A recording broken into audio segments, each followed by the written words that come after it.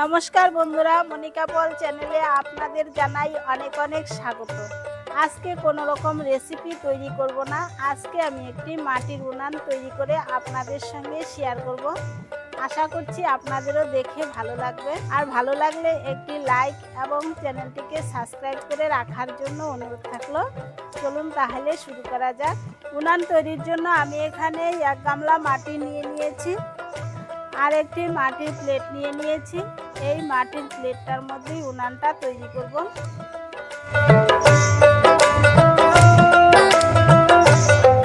এবারে মাটিগুলোকে জল দিয়ে মেখে নিচ্ছি।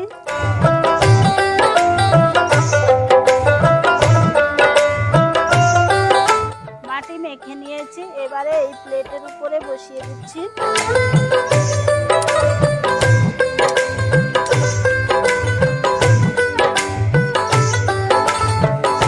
প্লেটটার মধ্যে ভালো করে মাটি লাগিয়ে নিয়েছি।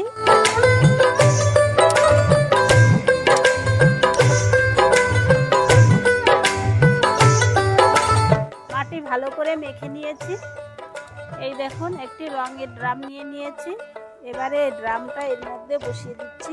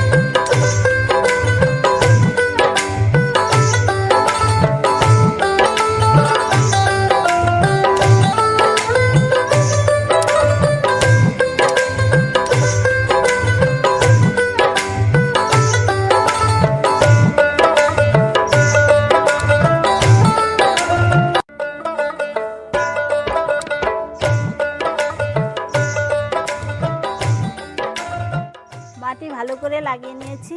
এইভাবে একদিন শুকিয়ে নিব, তারপরে বাকিটা দেখাবো। তাহলে চলে আসবো একদিন পর। চলে এসেছি একদিন পর। এবারে এই যে রঙের ড্রামটি দিয়েছিলাম, এই ড্রামটিকে ঘুরিয়ে ঘুরিয়ে উঠিয়ে নিচ্ছি। এইভাবে একটু করে ঘোরাতে হবে।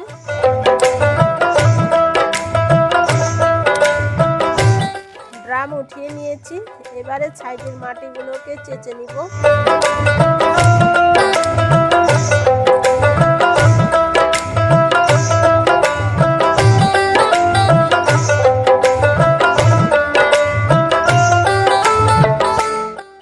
সম্পূর্ণ উনানটা চেঁচে নিয়েছি।